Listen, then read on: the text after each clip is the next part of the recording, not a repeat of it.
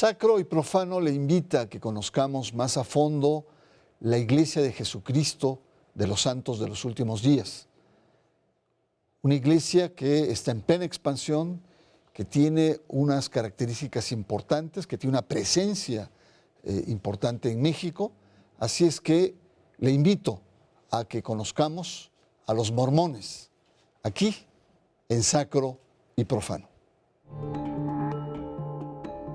La Iglesia de Jesucristo de los Santos de los Últimos Días, comúnmente conocida como Mormones, fue fundada por el estadounidense Joseph Smith el 6 de abril de 1830 en el oeste de Nueva York.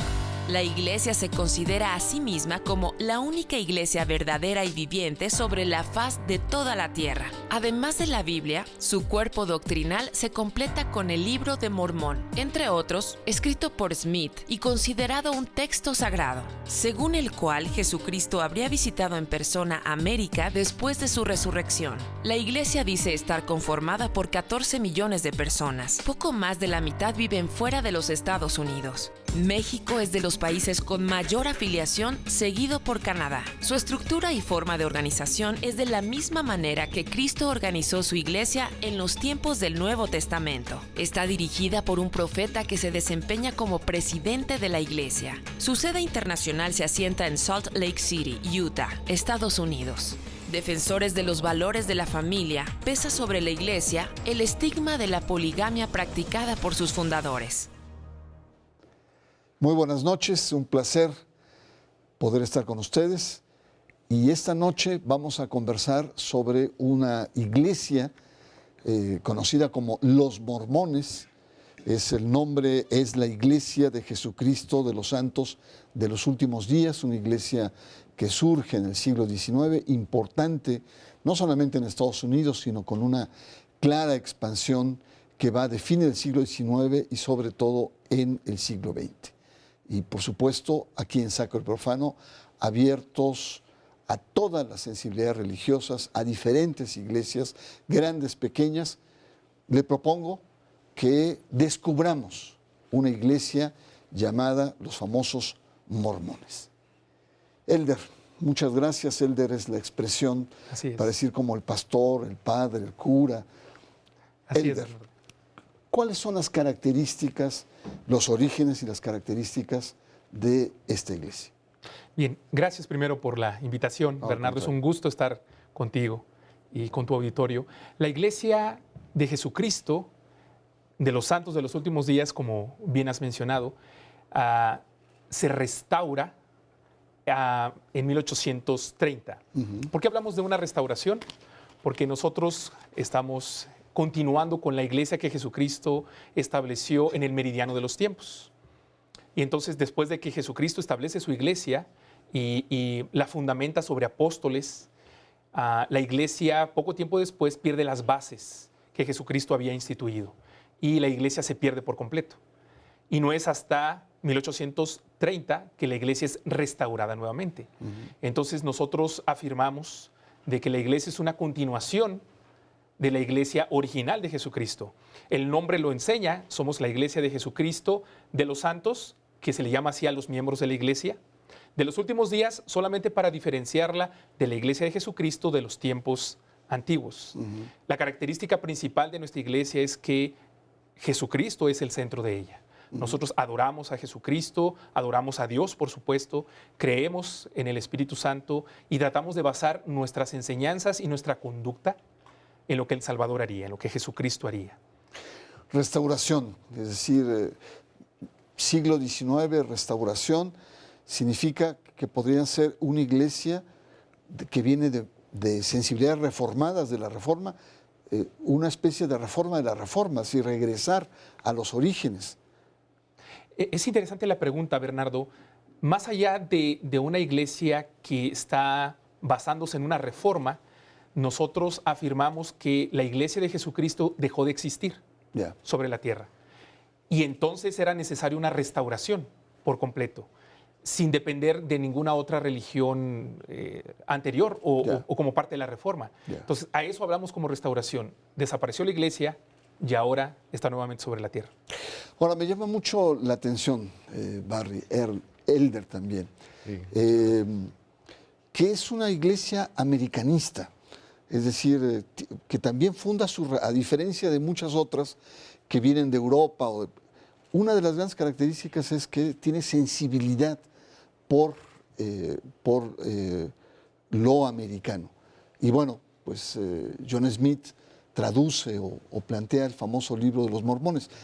Yo induzco, de ahí viene el nombre, por eso se le llaman los mormones. ¿Por qué se le llaman los mormones? Sí, es una pregunta muy interesante. La verdad es que nos conocen como los mormones porque nosotros creemos en un libro que se llama el Libro de Mormón.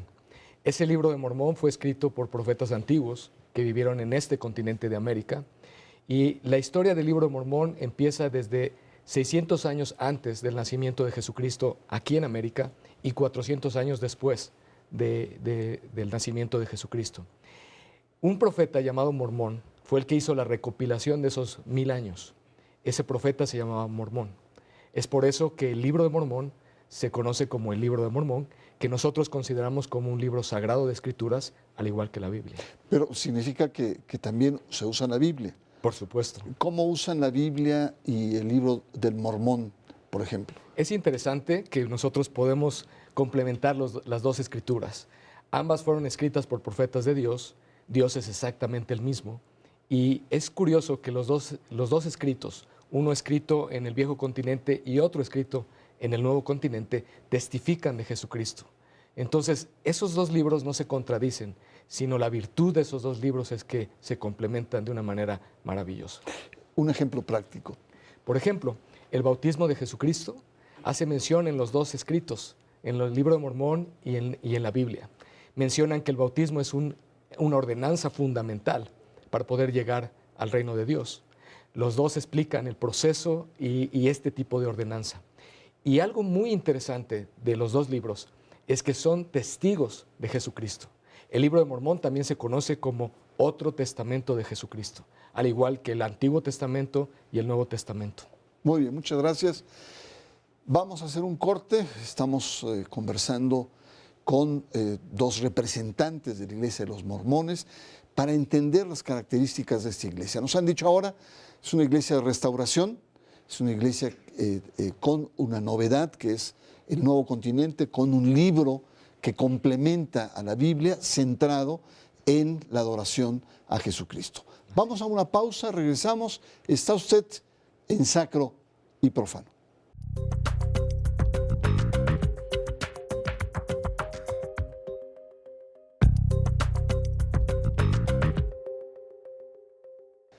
En términos de creencias es muy importante la pluralidad, la apertura, la diversidad, pero sobre todo el conocimiento de una vasta red de diferentes sensibilidades religiosas, diferentes iglesias.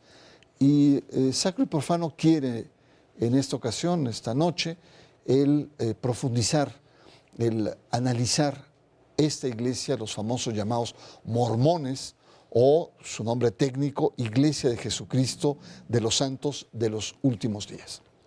Hemos visto en el anterior segmento algunas características de sus orígenes, el elemento de originalidad, de restauración. ¿Cómo se vive la fe? ¿Cuál es la vivencia y cuáles son las expresiones de las creencias al interior de los mormones? Sí. Básicamente nuestro principal foco es Jesucristo. Él es nuestro objetivo y Él es nuestro ejemplo perfecto. Lo que hacemos es generalmente los domingos, guardamos el día de reposo, tal como se estableció en las Escrituras, es el día del Señor, y dedicamos 3 horas más o menos en ir a adorar a través de servicios dominicales, en donde un obispo preside una reunión sacramental. Participamos de una ordenanza que para nosotros es muy importante, que es la ordenanza de la Santa Cena, la misma que instituyó el Señor unos momentos antes de que Él fuera crucificado con sus apóstoles. Yo te diría que esa ordenanza, el día domingo, es la más importante, la más trascendental de ese día. Ahí nosotros renovamos nuestros convenios que hemos hecho con Dios. Después tenemos reuniones, tenemos clases donde aprendemos de doctrina. Los niños están en otras clases aprendiendo doctrina a su nivel de niños y prácticamente estamos 3 horas en la iglesia todos los domingos y después hacemos otras actividades de servicio durante el día de reposo. Servicios sociales, apoyo a la comunidad tienen también, ¿verdad? Sí, la iglesia tiene mucho apoyo a la comunidad. Hemos otorgado algunas sillas de rueda, por ejemplo, para algunos hospitales. Hacemos actividades de servicio a nivel mundial. Tratamos de servir a la comunidad en lo que más se puede. Muy bien, muchas gracias. La siguiente pregunta puede ser incómoda, pero es obligada, y es el tema de la poligamia que ha seguido en la historia. Y yo agregaría otro tema polémico, que es el tema de la homosexualidad. Es decir, la poligamia es un ejercicio que se sigue dando en la iglesia, como fue en los orígenes. Bien, no, la práctica de la poligamia terminó en 1890 y después de este tiempo no se ha vuelto a practicar en la iglesia. Pero es como un estigma, ¿no? O no tanto, estoy exagerando. Yo pienso que es parte de la historia de la iglesia y como en cualquier entidad, cualquier religión, se nos conoce por determinados momentos, por determinadas circunstancias históricas. Entonces, creo que ahora, hoy en día, para nosotros hablar de la poligamia no es algo tan quisquilloso. Uh-huh. Preferimos, bueno, lo mencionamos, por supuesto, hablamos acerca de ello, pero centramos nuestra atención en que para la iglesia hoy en día la familia es esencial. El matrimonio entre el hombre y la mujer ha sido ordenado por Dios y la base fundamental de la sociedad y de todo siempre será la familia. Homosexualidad. Bien, nosotros respetamos por completo a las personas que tienen un concepto diferente de familia, también aquellos que sienten atracción por personas del mismo sexo, los respetamos lo que ellos sienten, lo que ellos creen. Creemos que hay muchísimas otras cosas en las que podemos coincidir, por supuesto, y en ningún momento dentro de la iglesia o en la doctrina de la iglesia se nos enseña que nosotros debemos de rechazar a las personas o satanizarlas como que no son hijos de Dios, ¿no? Sino que realmente todos somos iguales y les amamos, de hecho. Muchas gracias. Un poco para entender la iglesia, nos hablaste, Barry, sobre el tema de los servicios, de la participación dominical. Pero ¿cómo es la estructura? Un poco para imaginar cómo está distribuido la estructura. Sabemos muy bien la importancia que tiene el centro que está en Estados Unidos. Un poco ayúdanos a entender la estructura de la iglesia. Sí, la iglesia está conformada como la iglesia primitiva que estableció nuestro Señor Jesucristo, que es a través de apóstoles. Cuando Él estuvo aquí, Él dirigió la iglesia y llamó a 12 apóstoles. La iglesia de Jesucristo de los Santos de los Últimos Días actualmente cuenta con 12 apóstoles, profetas, videntes y reveladores y un presidente de la iglesia. Después de ahí hay una estructura de un grupo de 70. Ellos también son autoridades generales de la iglesia. Y la estructura básica de la iglesia es un obispo que está casado, tiene su familia, y ese obispo preside a un grupo de 200, 300 santos de la iglesia. Después de los obispos, arriba de ellos está un presidente de estaca que preside a 7 o 10 más o menos obispos, y arriba de los obispos se encuentran los 70, que en este caso el Elder Montejo y yo tenemos el privilegio de ser 70, y la presidencia de los 70 y el quórum de los 12 apóstoles, y a la cabeza de la iglesia tenemos al presidente de la iglesia y también sus 2 consejeros, y todos ellos, estos apóstoles y la presidencia, son profetas, videntes y reveladores. Me llama la atención la expresión presidente. Suena como muy laica, muy secular incluso. ¿Por qué la máxima autoridad se llama presidente? Bueno, le llamamos así porque preside la iglesia, pero básicamente él es un profeta vidente y revelador que dirige la iglesia a nivel mundial. No, he leído versiones que porque fue presidente de un estado, de un condado también, ¿no? Uno de los continuadores de los fundadores. Brigham Young llegó a ser gobernador del estado de Utah, siendo el presidente de la iglesia. Muy bien. También sería interesante conocer los números, es decir, claro, dónde está el mayor número de miembros de la iglesia, cuál es su conformación. sé muy bien que es internacional y ahí México, ¿cómo estaría? ¿Qué lugar ocuparía? Bien, actualmente hay más de 15 millones de miembros de la Iglesia en todo el mundo, en más de 160 naciones. México, por supuesto, es una de estas naciones. En nuestro país tenemos cerca de 1.400.000 miembros. Actualmente hay más miembros de la Iglesia en todo el mundo que lo que existe en Estados Unidos. Y México es uno de los principales países, tan solo después de Estados Unidos y Canadá. México es el tercer país con mayor crecimiento y expansión dentro de la Iglesia. Es decir, la mayoría está en Estados Unidos y Canadá, hay un buen número, y después en América Latina sería la segunda gran región que está la Iglesia, hacia Europa, Asia. Principalmente estamos hablando de México, Brasil y el resto de Centro y Sudamérica. Tenemos congregaciones también muy fuertes hacia Europa, Europa del Este, pero la concentración principal de crecimiento es en Latinoamérica. Es en Latinoamérica. Así es. África es un lugar que actualmente está teniendo un crecimiento exponencial muy comparable a Latinoamérica hace unos 20 años. Entonces, nosotros vemos cómo la Iglesia está creciendo de una manera impresionante con la ayuda de los misioneros de tiempo completo y las nuevas tecnologías, por supuesto, que permiten una mayor comunicación. Pero vemos cómo la Iglesia está tomando un auge mucho mayor que hace algunos años. Tengo entendido que le han dado mucha fuerza al tema de los misioneros, de formar misioneros. Así es. Y esos a su vez reproducen, van a diferentes lugares del mundo. Así es. ¿Dónde está la escuela de los misioneros? ¿Quién forma a estos misioneros? El hogar, las familias.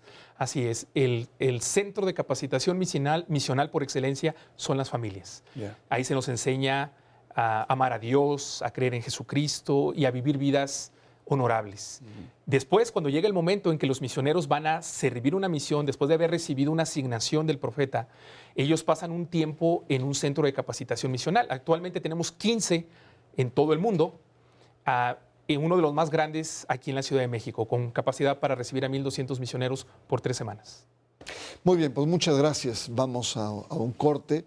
Estamos conversando sobre los mormones, muy interesante ver la historia, la evolución, su estructura, la forma en que viven y explicitan la fe, los números, la importancia que tiene América Latina como un espacio de creyentes, pero también la expansión hacia África. Vamos a un corte, los mormones, usted está en Sacro y Profano.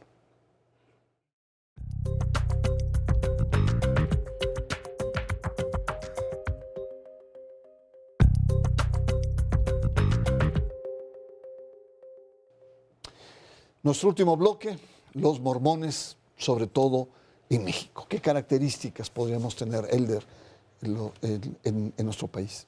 Bien, la Iglesia está creciendo de manera impresionante en el país.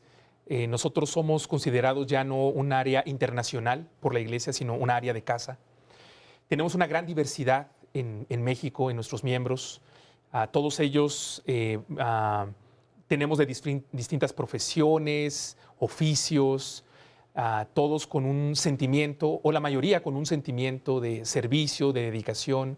Procuramos ser buenos ciudadanos, tratamos de involucrarnos en proyectos de servicio y de enseñar a nuestros hijos y a nuestras familias la importancia de una vida honrada, recta y con un propósito. También dentro de la Iglesia, los líderes eclesiásticos en México y en todo el mundo no recibimos una capacitación previa, no hay un seminario o algo para ser capacitados como líderes en la Iglesia, sino que nosotros consideramos que al que el Señor llama, Él capacita. Y por supuesto hay información, nuestros líderes nos instruyen y estamos muy contentos con lo que está ocurriendo en nuestro país, bastante contentos. ¿En qué áreas del país está presente la Iglesia? Los mormones, escuchamos que es en el norte originalmente, pero ¿en qué otras partes del país están? La Iglesia está prácticamente en todo el país, en las comunidades más lejanas y quizás pobres o ricas, está prácticamente en todo el territorio nacional. No solamente es el norte, entonces. No. Y una pregunta más de manera muy rápida. ¿La estructura es profesional? Es decir, los ministros, los pastores, los elders, por ejemplo, son remunerados, tienen recursos económicos. Una característica particular de la iglesia es que todo su liderazgo es sin clero pagado. Nosotros dedicamos nuestro tiempo, nuestros talentos, nuestros esfuerzos por servir al prójimo y es un gusto poder servir en la iglesia, de verdad. O sea, usted, por ejemplo, que se paga con su vida profesional. Así es. Y usted aporta su tiempo a la iglesia. Así es. A pesar de que tiene un alto grado en la jerarquía. Así es. Es interesante. Es un privilegio poder servir en la iglesia, sin duda. Rápidamente, en términos políticos, ¿cómo percibe el tema de la laicidad, de la ubicación social que tiene la iglesia en el entramado de nuestro país? Bien, consideramos que ha habido unos avances muy interesantes, muy importantes en este tema. Por supuesto, siempre habrá mejora cuando estamos hablando de un Estado laico y de libertad religiosa, pero particularmente nosotros consideramos que en la medida que el Estado proporcione las condiciones para que las religiones podamos prosperar, podamos crecer y nosotros como religiones también tengamos un hilo tejido entre nosotros de convivencia, iremos fortaleciendo este Estado, por supuesto. Última cuestión. Se ha hablado que es una iglesia que está creciendo. Para finalizar, ¿cuáles serían como los principales retos, los principales desafíos que tiene hoy los mormones? Precisamente uno de sus grandes desafíos es el gran crecimiento de la iglesia. Estamos creciendo a ritmos muy importantes. Es llamar obispos, nuevos líderes, tener más jóvenes saliendo a la misión. Tenemos ahorita en México 5,000 misioneros. El 70-80% de esos misioneros son de origen mexicano, predicando el evangelio. Y ya podemos también exportar algunos misioneros mexicanos a otras partes del mundo. Muy bien, yo les agradezco mucho su presencia aquí en Sacro y Profano. Ha sido muy interesante. No sé qué opinen ustedes, pero creo que es fundamental en este país, en esta etapa de pluralidad, de diversidad, que conozcamos diferentes opciones. Creo que uno de los grandes retos que tenemos es conocer para poder incluir, el romper esta intolerancia muchas veces que es fruto del desconocimiento. Así es que hoy tenemos un acercamiento más preciso sobre una de las iglesias más importantes en plena expansión en México y a nivel internacional, llamada Los Mormones. Muchas gracias por su presencia y, por supuesto, yo lo espero en la próxima emisión de Sacro y Profano. Buenas noches.